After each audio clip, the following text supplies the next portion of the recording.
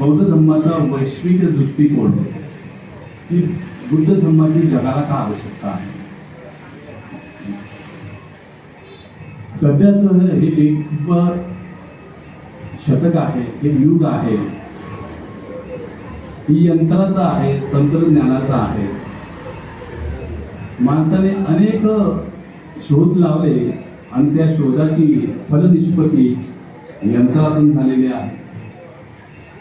पूर्वी माणूस जे हाताने काम करायचा ते काम यंत्रावर होऊ लागलं आणि यंत्रावर काम भराभर होऊ लागलं. अर्थातच मानवी प्रगती झाली आणि या मानवी प्रगतीमध्येच बेरोजगारी वाढली. आता उदाहरण द्यायचं झालं, आपण पूर्वी साधारणपणे एक 50 पैशाचा कॉइन टाकायचो आणि फोन करायचो. क्वचित जर एखाद्याचा फोन आला तर त्याला अप्रूव्ह पाठायचं फोन आलेला आहे, किंवा मनामध्ये भीती असायची की फोन का बरं आला. आज आपण काय करतो, कालांतरानं प्रत्येकाच्या घरी लँडलाईन आले, आज मोबाईल आलेला आहे. मोबाईल आला ही नवीन तंत्रज्ञाना युगाची ती नांदी होती. आपण मोबाईल मधून सर्व प्रकारच्या व्यावहारिक गोष्टी आपण त्यामध्ये साध्य करतो. आणि या मोबाईलमुळे काय झालं, या तंत्रज्ञानामुळे मानव आळशी झाला. मोबाईल मधून आपण सर्व व्यवहार करतो, सुखदुःखाची बातमी व्हॉट्सअपद्वारे एकमेकांना शेअर करतो. एखाद्याच्या घरी मंगल कार्य असेल तर पत्रिका व्हॉट्सअपवरच पाठवतो. मग ती व्यक्ती पाहो किंवा न पाहो, ती व्यक्ती ज्या व्यक्तीला आपण पाठवलेली आहे ती ज्या दिवशी पाहते त्याच्या आधी तो कार्यक्रम संपन्न झालेला असतो. कारण माणसाचं जीवन इतकं धावपळीचं झालेलं आहे, त्यामुळे कोणाला वेळ नसतो. त्याचा फायदा आपण या मोबाईलच्या माध्यमातून घेतो. आपले सर्व आर्थिक व्यवहार मोबाईलच्या मार्फत होतो. म्हणजे काय करतो, आपण तात्काळ कार्यवाही करतो.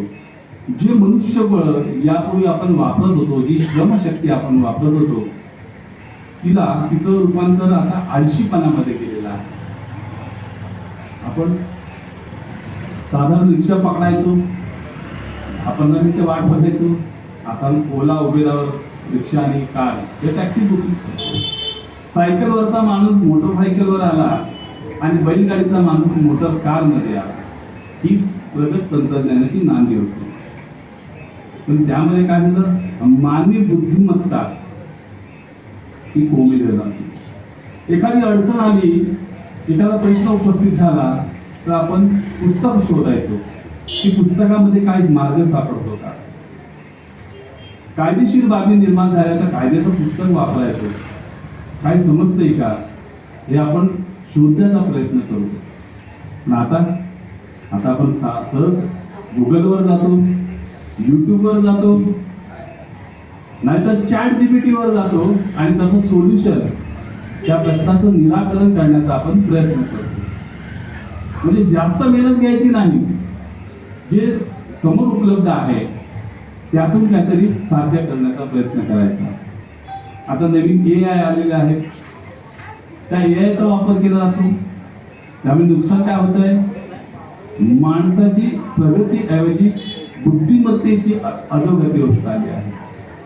मनुष्यबळाची कमतरता त्यामुळे निर्माण झालेली आहे. लोकांची रोजगार सुटत चाललेले आहे. परंतु मानवी स्वभाव जो बदललेला आहे का, माणसाचं चित्त, मन, त्याच्यामधली हाव, तृष्णा, मोह, लोभ तो बदलला आहे का? बिलकुल बदललेला नाही. प्रगत झाला माणूस, पण मानवी स्वभावाचा जो गुण आहे तो तसाच राहिला, जो 2500 वर्षापूर्वी होता आणि आजही आहे. आपण वर्तमानपत्रामध्ये वाचतो, करोडपती पित्याला संपत्तीच्या मोहापायी मुलगा आई वडिलांना वृद्धाश्रमामध्ये पाठवतो. शेवटी काय आहे, संपत्तीचा मोह आहे, लालच आहे. त्या काळातला भगवान बुद्धांच्या काळातला 2500 वर्षापूर्वीचा मानव आणि आजचा मानव, प्रगत मानव, त्याच्या लालसेमध्ये काही फरक पडलाय का? मला वाटतं किंचितही पडलेला नाही.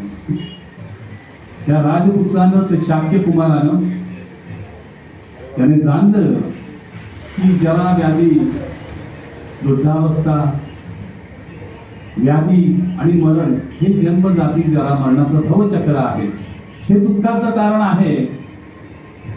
मग हे दुःखाचं कारणाचं निमित्त घेऊन संसारामध्ये राहण्यापेक्षा त्यातून मुक्त व्हावं म्हणून त्याने गृहत्याग केला, राजत्याग केला आणि आपल्या शील समाधी करतेनं अर्थात विपश्यना साधनेतून आपलं प्रथम शील समाधी आणि प्रज्ञा जागृत करून त्याने प्रमुख संभूती साध्य केली, बुद्धत्व प्राप्त केलं.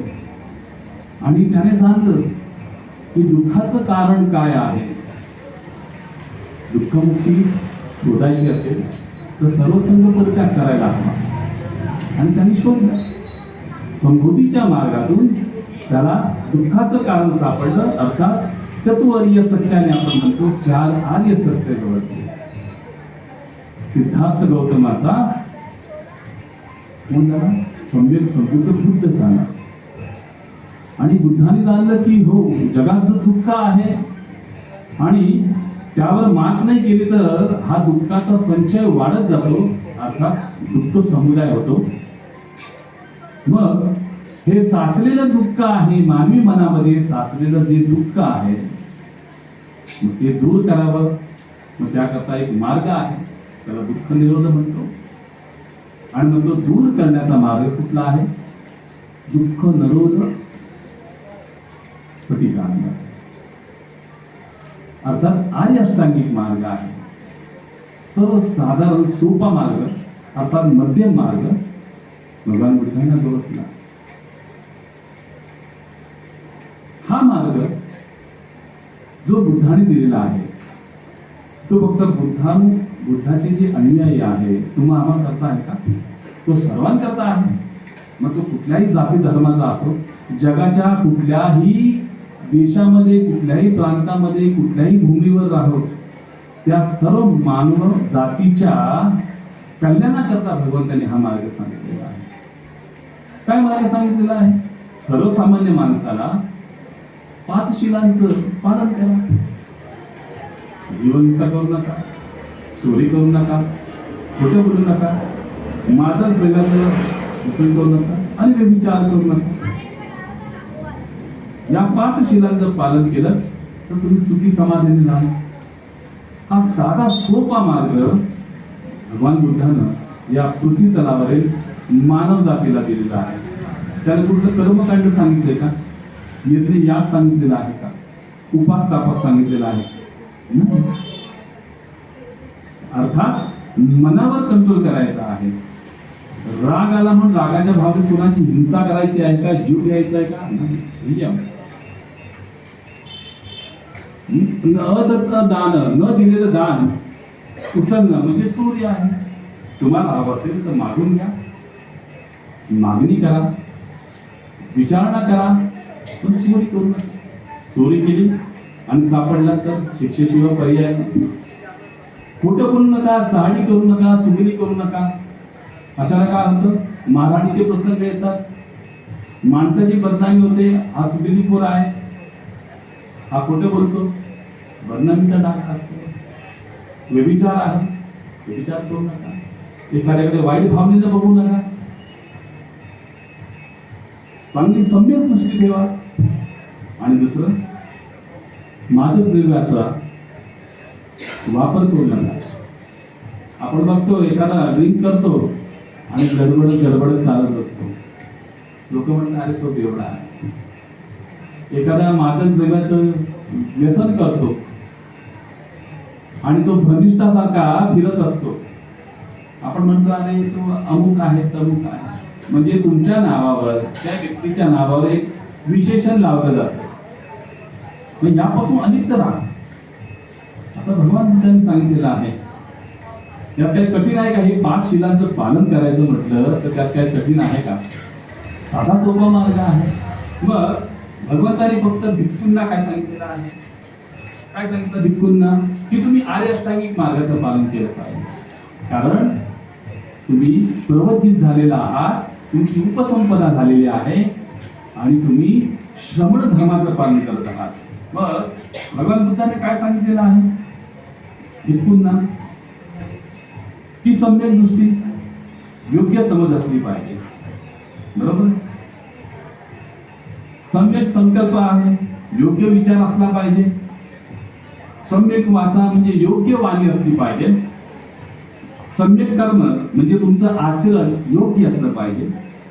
सम्यक आजीविका म्हणजे योग्य उपजीविका असली पाहिजे. उपजीविका चोरीमारी न करता, हिसकावून न घेता, डिमांड न करता, मागून न घेता, जे काही मिळेल त्यावर तुम्ही तुमची उपजीविका केली पाहिजे असं ते पुन्हा सांगितलेलं आहे. आणि सम्यक प्रयत्न म्हणजे तुमचे प्रयत्न हे चांगलेच असले पाहिजे, हेतू चांगला असला पाहिजे. सम्यक स्मृती म्हणजे तुमची जागरूकता ही योग्यच असली पाहिजे. आणि सम्यक समाधी म्हणजे तुमची एकाग्रता ही चांगलीच असली पाहिजे. आता भगवान बुद्धाने शीलाला पहिल्यांदा महत्व दिलेलं आहे. म्हणजे काय, तुमची नैतिकता, तुमचं आचरण हे योग्यच असलं पाहिजे. धम्म कायेन पसती धम्म वाचेन पसती असं म्हटलेलं आहे. तुमच्या कायेतून, शरीरातून, तुमच्या वागण्यातून लोकांना धम्म जाणवला पाहिजे. काय माणसाचं आचरण आहे. तुमच्या बोलण्यातून लोकांना कळलं पाहिजे की किती नम्रपणे बोलतो आहे. ही आहे शीलाची भावना आहे. नंतर बुद्ध म्हणतात की शील तुमचं शील संपन्न असाल आणि तुम्ही विपश्यना भावनेला बसाल तेव्हा तुम्ही समाधीरत व्हाल. तुमचं चित्त डगमगणार नाही, इकडे तिकडे जाणार नाही, तुम्ही एकाग्र व्हाल असं बुद्ध म्हणतात. आणि जेव्हा तुम्ही शीलतेने आणि समाधीने म्हणजे अर्थात नैतिकतेने आणि एकाग्रतेने तुम्ही विपश्यना भावनेमध्ये जाता तेव्हा तुमची प्रज्ञा जागृत होते. प्रज्ञा म्हणजे काय, तुमचं ज्ञान अंतर्ज्ञान जागृत होतं. जसं आपण ह्या सारनाथ बुद्धिविहारामध्ये या पवित्र स्तूपाची रचना केलेली आहे, मांडणी केलेली आहे. शील, समाधी आणि एक आहे प्रज्ञा. शील आहे, समाधी आहे, प्रज्ञा. हा स्तूप आहे, देश आहे, गंज आहे, धार्मिक आहे. हे त्याचं द्योतक आहे जे आपल्या पवित्र विहारामध्ये आहे. मग जर तुमची नैतिकता असेल, तुमची वाणी चांगली असेल, आचरण चांगलं असेल आणि तुमची उपजीविका जर योग्य असेल, सम्यक असेल तर तुमच्यामध्ये नैतिकता येते.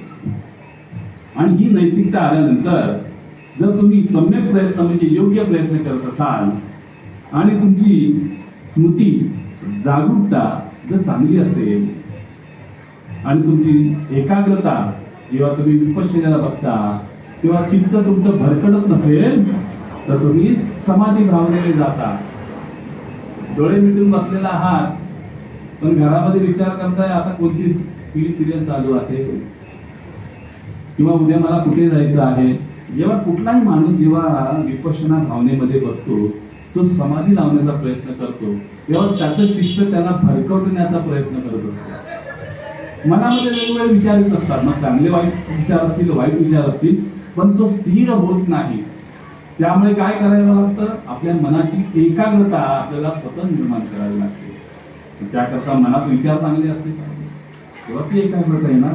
आणि जेव्हा ती मनाची एकाग्रता तुमच्यामध्ये येते तेव्हा तुमची प्रज्ञा जागृत होते. तुम्ही जगापासून अलिप्त होता, तुम्ही स्वतःला जाणण्याचा प्रयत्न करता. विपස්සना म्हणजे स्वतःला पाहणे, जाणणे. तुम्ही त्या विपश्यना भावनेमध्ये जाता. साधी सोपी व्याख्या भगवंतांनी सांगितलेली आहे. आता सर्वसामान्य लोकांकरता, उपासकांकरता पंचशील सांगितलेलं आहे. मग भिक्खूंकरता काय सांगितलेलं आहे, भिक्खूंनी कसं असलं पाहिजे.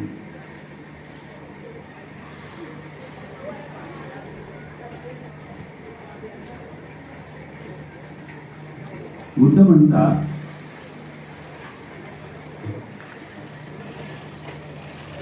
पहिला आहे पातिमोक्ष संवरण, म्हणजे भिक्खूंसाठी 227 नियम भगवंतांनी केले होते.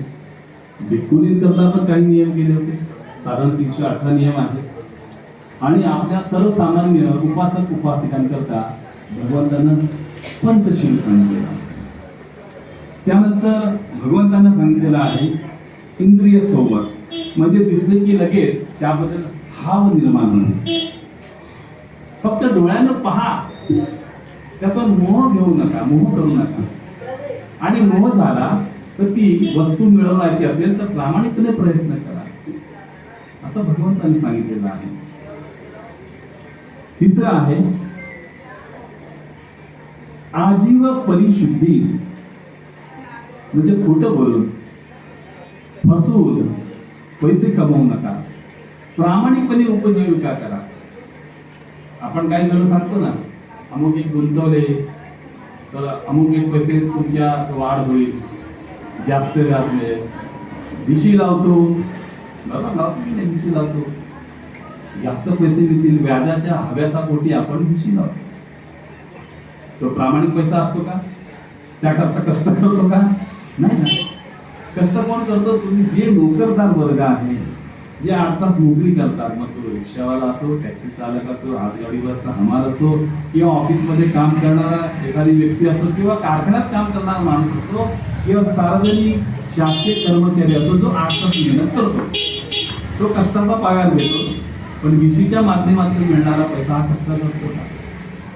एखाद्या खंड योजनेमध्ये गुंतवणूक करतो, तो कष्टाचा पैसा असतो का? आपण महिन्याला हप्ते भरतो आणि वर्षाच्या 12व्या महिन्यानंतर आपल्याला काय त्याचे व्याज मिळतं, काही ठराविक अमाऊंट मिळते, ती कष्टाची असते का? नसते. ते हव्यासा पोटी आपण ते करत असतो.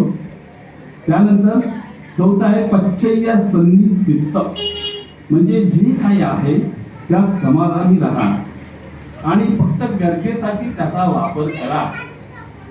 आवश्यक असलेल्या गोष्टी मिळवण्याचा प्रामाणिकपणे प्रयत्न करा. जे आपल्या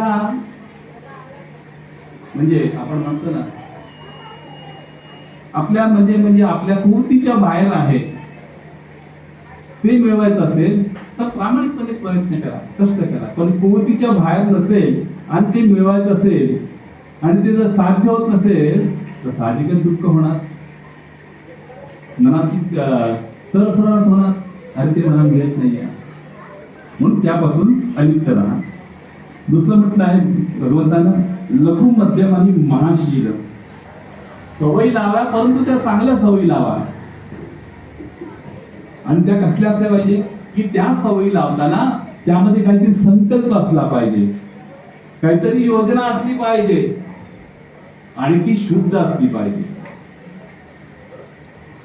नंतर बुद्ध म्हणतात की मार्गशील, शील पाळून ध्यानाने प्रज्ञेकडे जा, म्हणजे तुमची बुद्धीचा विकास करा. आपण किती जण सकाळी विपश्यना करतो 10 मिनिटं, मी पण करत नाही, करतो का आपण? सकाळी उठल्यानंतर लोक योगासनं करतात. जर गायक असेल तर तो 4 वाजता हार्मोनियम घेऊन आलाप लावतो, सुरांची प्रॅक्टिस करत असतो. पण आपण सर्वसामान्य माणसानं किमान 10 ते 15 मिनिटं शांत बसून विपश्यना केली पाहिजे. त्याने काय होतं? मन प्रसन्न, मनातले मनोविकार दूर होतात, वाईट विचार निघून जातात, दिवसभर माणूस प्रसन्न राहतो. म्हणून 10 मिनिटं का होईना किमान शांत बसून डोळे मिटून एकाग्रता निर्माण करण्याचा आणि ते विपश्यने भावनेचं जे सुख आहे ते अनुभवण्याचा आपण प्रयत्न केला पाहिजे. दुसरा म्हटलेला 8वा आहे. 9 आहे फलशील. मग आपलं जे शील आहे, आपली जी वागणूक आहे, याचं फळ काय मिळतं? तर मनाला शांती मिळते. कारण मनामध्ये असलेला इच्छा, आकांक्षा, लोभ, मोह हा दूर झालेला असतो. त्यामुळे आपलं चित्त, आपलं मन शांत झालेलं असतं. त्यातून आपल्याला सन्मान मिळतो आणि या दुःखापासून आपली मुक्ती होते. हे भगवंतानं जे 9 प्रकारचे शील सांगितलेले आहे त्या शीलाचं वर्णन आहे. मग शील कसं असलं पाहिजे? धम्मपदामध्ये म्हटलेलं आहे, पाणिनिने जसं म्हटलंय की शील हेच सर्वात मोठं रत्न आहे. आता काय म्हणते? शील म्हणजे माणसाचं वागणं, माणसाचा संयम हे सर्वात मोठं रत्न आहे, दागिना आहे.